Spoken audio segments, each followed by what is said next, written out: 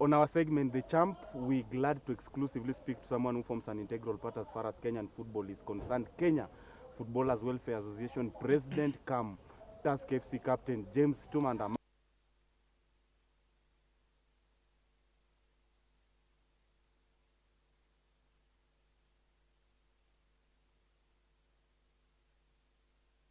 Man who also plays for the national team Harambee Stars. James, good to speak to you. How have you been? I'm very much fine. How are you settling in since taking over from Innocent Mutiso as KEFWA chairman? At the moment, we are doing good. We had some challenges during transition, but so far so good. We sat down and then we did some strategy to make sure that we move to the next level and work for the players. So at the moment, I feel we are doing fine and we are on course. And with time, I believe we'll have some change in Kenyan football and more specifically in Kenyan players. Since taking over, probably which strategies have you put in place to ensure that welfare of players, especially footballers featuring in Kenyan leagues, are addressed and their grievances and demands are looked into? Yeah, we have a lot of work to do because at the moment our members are KPL players, NSL players, and also Women League. That's a big group, and if you don't have a strategy, then it will become a problem for you. So we have so many visions to make sure that players are educated, and most of the times what we are doing at the moment is to sensitize them about the contracts, because most of the times when a player goes to sign a contract, he doesn't read the content inside the contract. So he goes on signing the contract. When he wants to leave, then it's a problem. So we have to start somewhere, and at the moment we are doing more of education and also more of registering them to be our members, so that when something comes up or they have a case, they come to us. First of all, we have to see if you are our member. So we are doing that. We are done with KP, almost 10 NSL clubs, and almost 90% women league.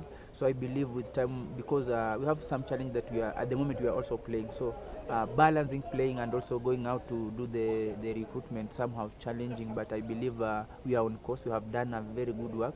So we have a lot of work to do come next year. So we will have like sometime maybe November to sit down and maybe come up with the calendar of the year event come next year to make sure that players are okay.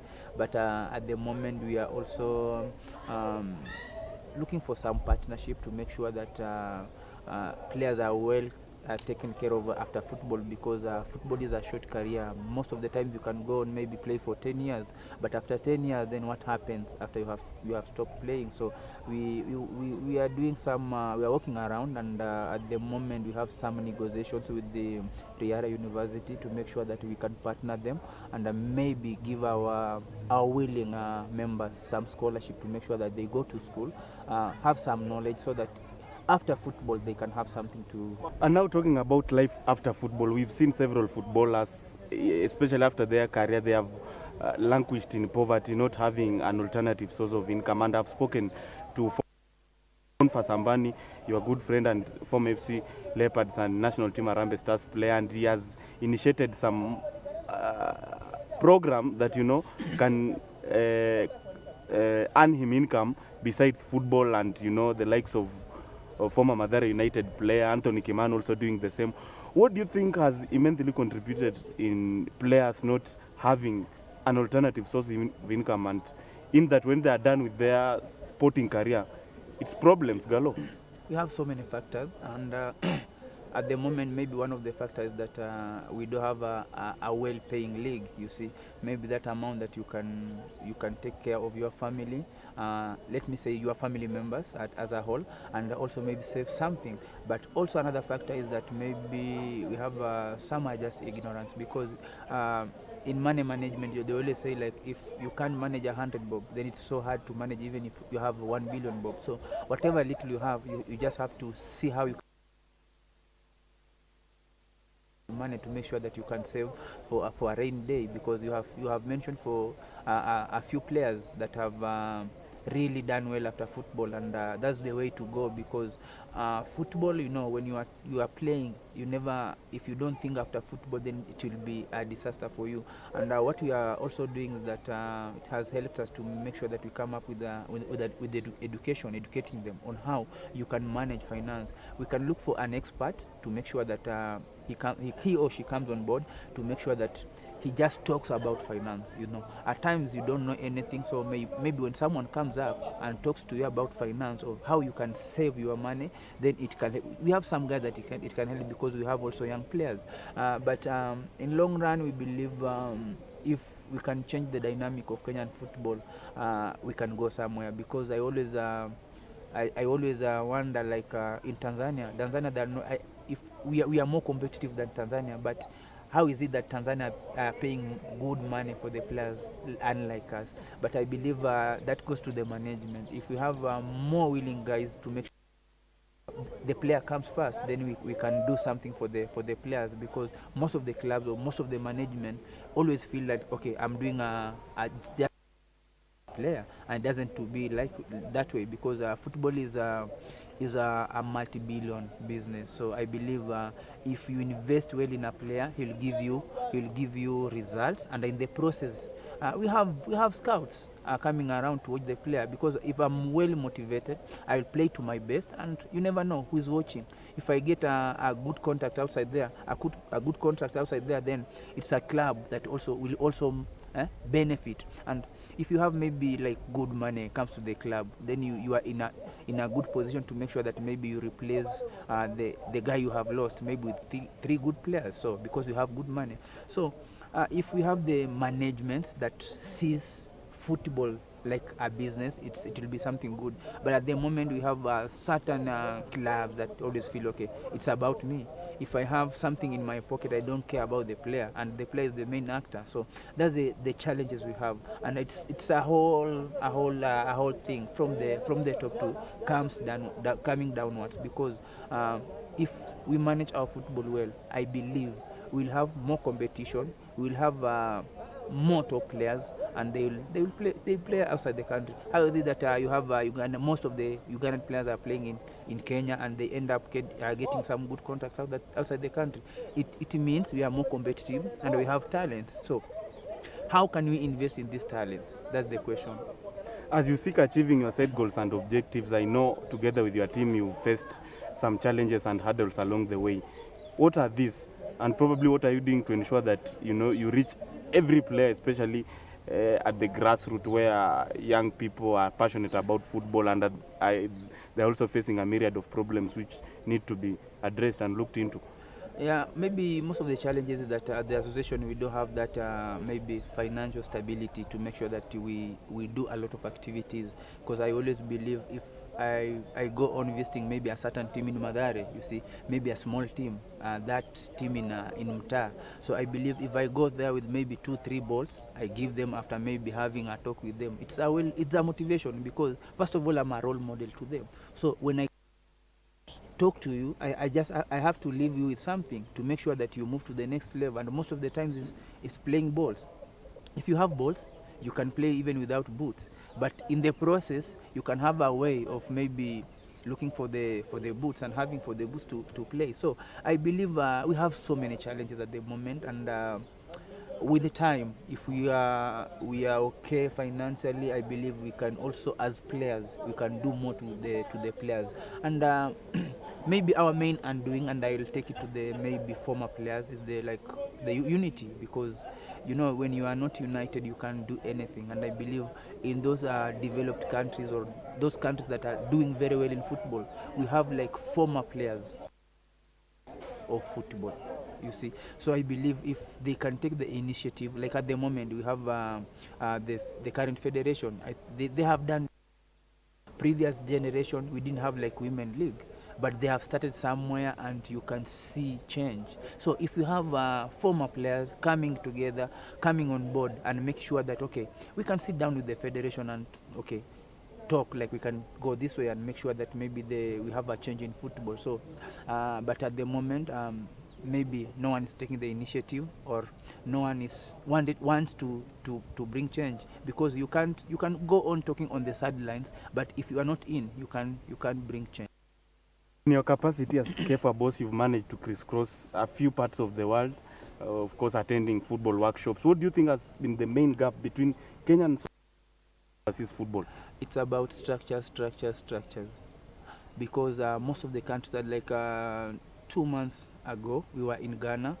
We were in a congress for 3-4 days, and after that we went to a certain academy. You see, it's well structured. We have like almost 5 pitches. You see, we have under 15 training there, under 18, under 10. You see, so the structures, because football is like we have generation after these old generation who are coming up to take the position. So you, at the moment, you have under 20, you have under 15, you have under 20.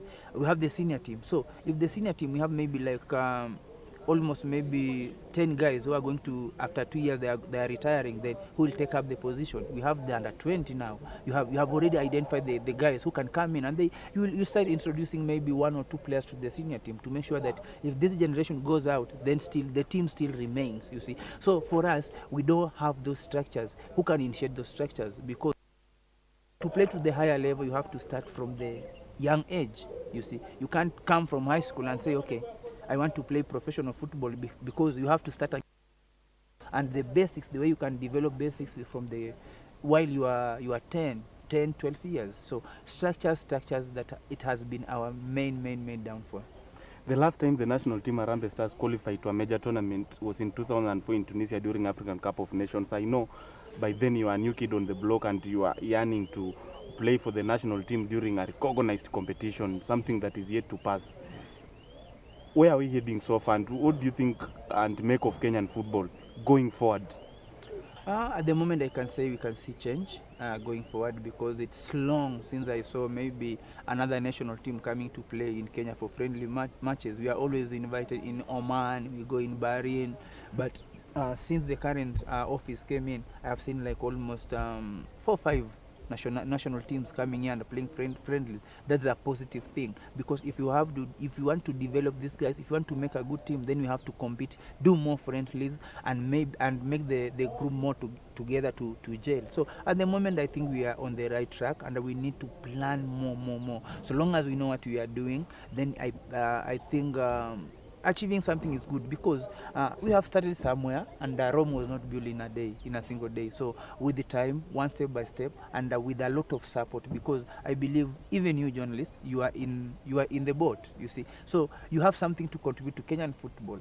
When you see something, maybe it needed to be done, you just have to chip in, come and share ideas, and it depends to the management also to welcome you and maybe listen to you, because I always believe sharing is something good, because you can come in with a different idea of which maybe if I listen to you, then it can work for me. So we are in, all of us, fans and the whole country, because this is our like the national team. It's the national team. So I believe any idea, if we can bring together all the ideas, then we can work together.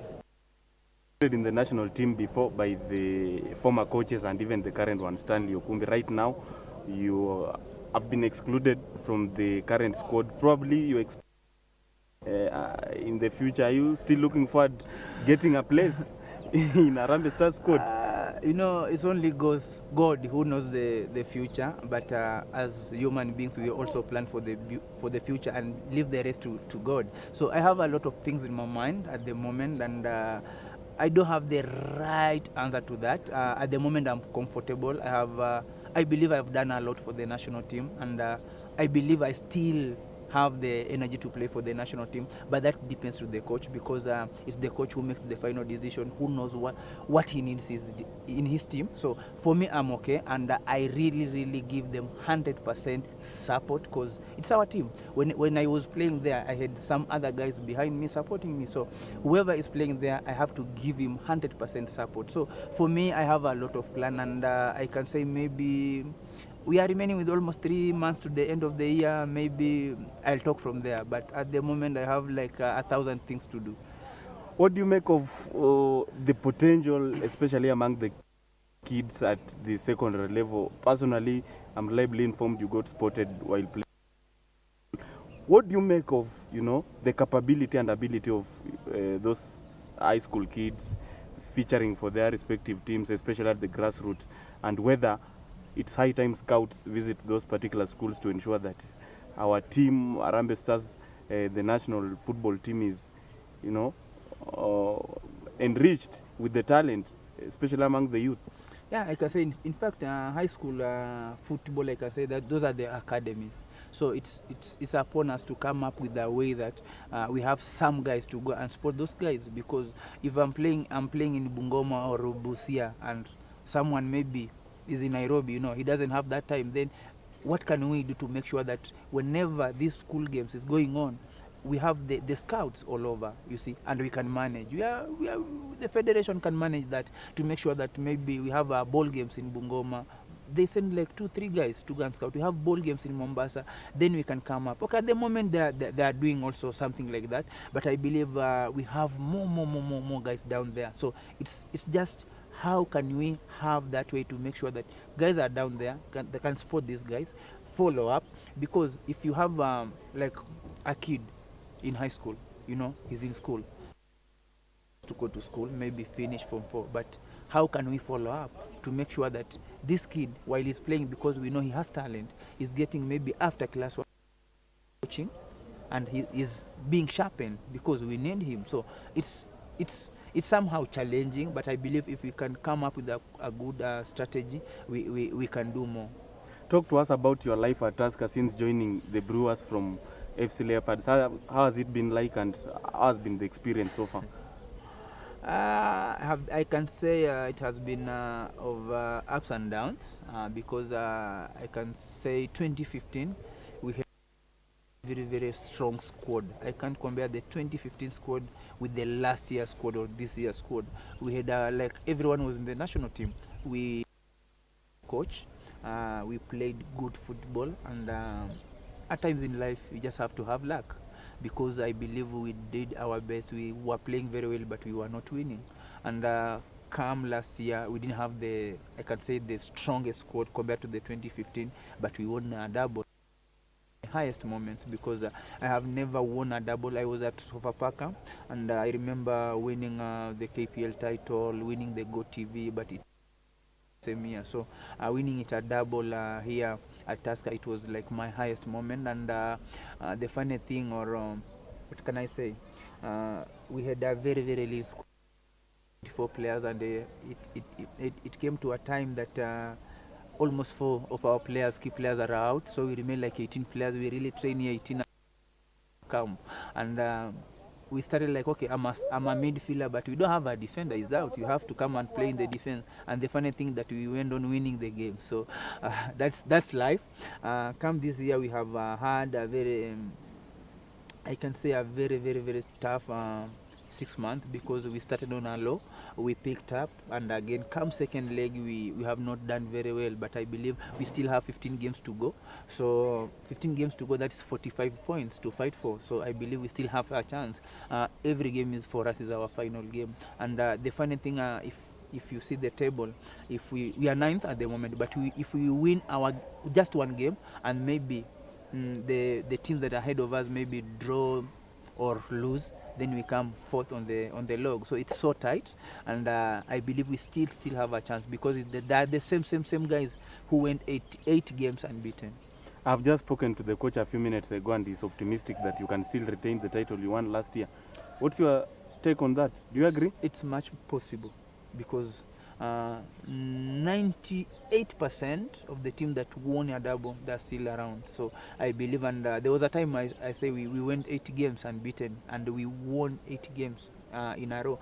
So nothing is impossible, because I remember when we started the league, we had 2 points, and the leaders were having 14 points, and there was a time we came and we were first on the log. So it can happen. We have 15 games to go, so it's much possible. We just look one game per time. It's one game at a time, because if I'm going to face maybe Sony over the weekend, and I'm thinking about Goromaya, then I get it wrong. So my first assignment is about Sony.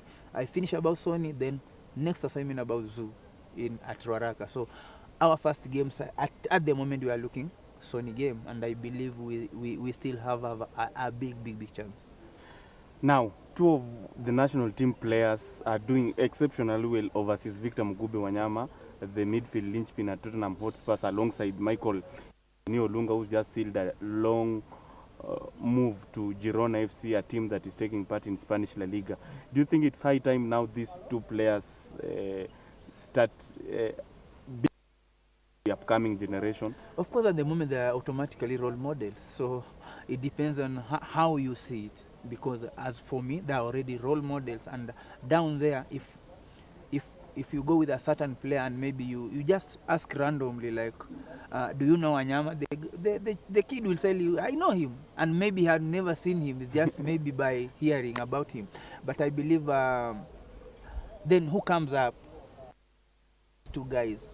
And make sure the kids know knows their role model, because they have to do something. And I believe they have shown the country that we have talent, because it's not a mean achievement playing in English Premier League. To say in a team like Tottenham, it has so many professional players, top coaches. But if you are combining a first 11, then you are a top quality. And it tells you that in Kenya we have a lot of talents. But the way we can groom these talents and make sure that they are seen or they are performing, it's a big question. James Situma, Tusk FC captain, Kenya Footballers Welfare Association president. Of course, he took over from Innocent Mutiso, former Gor Mahia player, August last year, and he's highlighted the projects and the initiatives they are putting in place to ensure that the welfare of the players is looked into and their demands are addressed. And remember, he also played formerly for Sofapaka and FC Leopards before making a switch to Tusk FC, where he's just won a top tier with them, and is still optimistic they can defend the title they bagged last year with the same team. Jamo, it's been a pleasure speaking to you. All the best. We shall be looking forward to have you next time for further update on the KEFWA, and looking forward to your days with Tusk FC and probably Harambee Stars, the national team. You never know. Anytime. Thank you. Shukran. My name is Maxwell Wasike, and this is the Touchline on Y254.